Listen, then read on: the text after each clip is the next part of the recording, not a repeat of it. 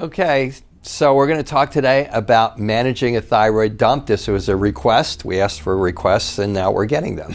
And this is actually a really good one, I think. I like this question. It was much more extensive than that, and relative to I get these thyroid dumps, and thyroid dump. I'm taking that the person that asked this question means. I get an exacerbation. All of a sudden I got thyroid hormones running into my body, and although the question didn't expand upon the symptoms, I would assume you maybe get shaky, jittery, anxiety, panic attacks, insomnia, tremors, those types of things when you get this thyroid dump. And it was relative to my medical doctor is trying different things. This is in that with the medication that they're already taking, and they're trying, and the things that I see that the medical doctors are trying, the endocrinologists, the alternative MDs are, we're going to try to, of course, change your dosages. We're going to try to do the different timing. We're going to have you take it at 4 o'clock in the morning. We're going to have you take it every other day. We're going to have you take that plus T3 and just all those types of things. And that works for some people, okay? But it doesn't work for a lot of people. It just doesn't. Because we're talking about autoimmune thyroid disease here. I mean, the question was relative to Hashimotos and autoimmune thyroid disease, and I still get these thyroid dumps, and it drives me crazy, and so on and so forth. And it's because you have to go back and understand that it's really primarily not a thyroid problem. It's really primarily an immune response.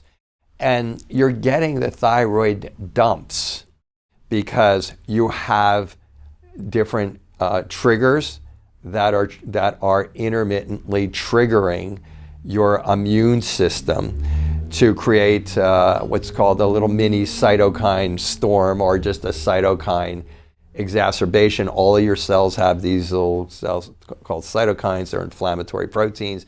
They go up, and then they flare up, and then they either attack your thyroid peroxidase enzymes to cause you to make more thyroid hormone, or they attack your thyroid tissue, which may just beat you up and make you feel tired. Okay, they're two separate things, and some of you have both of those, some of you have one, some of you have the other.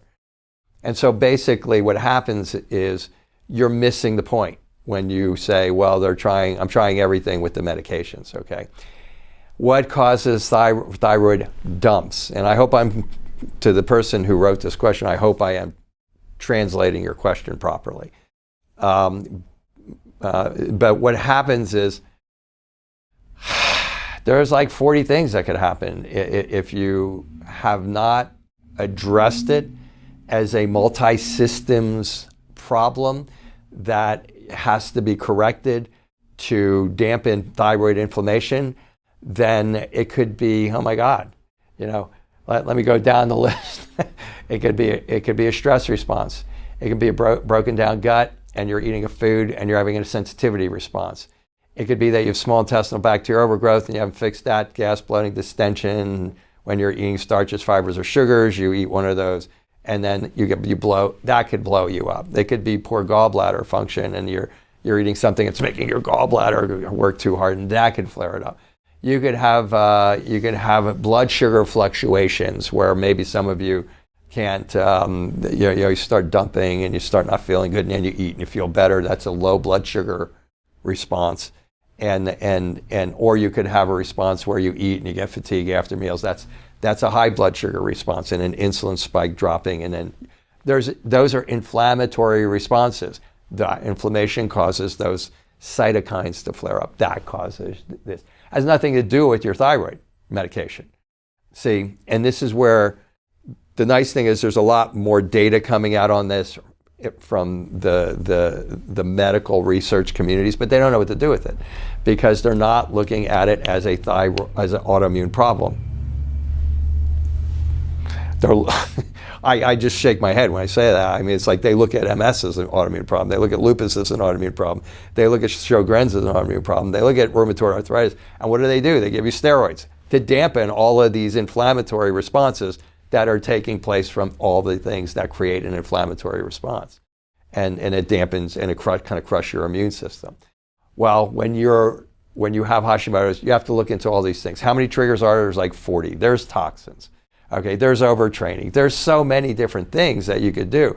You could be taking the right thyroid hormone, and that day maybe you go out and you do too many things that day, and that's overtraining. You create an oxidative stress is what it's called. The oxidative stress creates inflammation, and then boom, you get your thyroid attacked, and you get a thyroid dump. Too many thyroid hormones going out, now you get those symptoms. So I think that's pretty much the answer to that. The answer is you have to do what I do with my patients. You have to evaluate the patients. Again, Hashimoto's is a multi-systems disease, and it's not just that there's all these systems involved, but on top of it, they're all interlocked. They're vicious cycles. So this one affects this one, and then this one affects this one, and then this one affects this one. So there's a domino effect there. You have to get the whole picture of that person. You have to figure out what are the triggers that are involved with them. And then you have to look to treat that person in a way that in an order. And the order goes like this. You want to do first what is going to most affect the immune system, the endocrine system, and the brain. Those are the three things that are driving these problems. And for those of you who go, well, my functional medicine practitioner was just doing my immune system, and they weren't really doing my endocrine system and my functional medicine and my immune system, or my brain and my endocrine system. That's probably why you're watching my videos, because that hasn't been done. Okay, so it's complex, it's doable, but you have to understand that's the model. That is the model. I've seen a lot of people try to alter it. I've seen people try to tone it down, make it simpler. There's nothing simple about it. You have to look for all the triggers in that person. You have to understand the order and way in which to attack. You attack, and you can get pretty consistently good results once you've done that.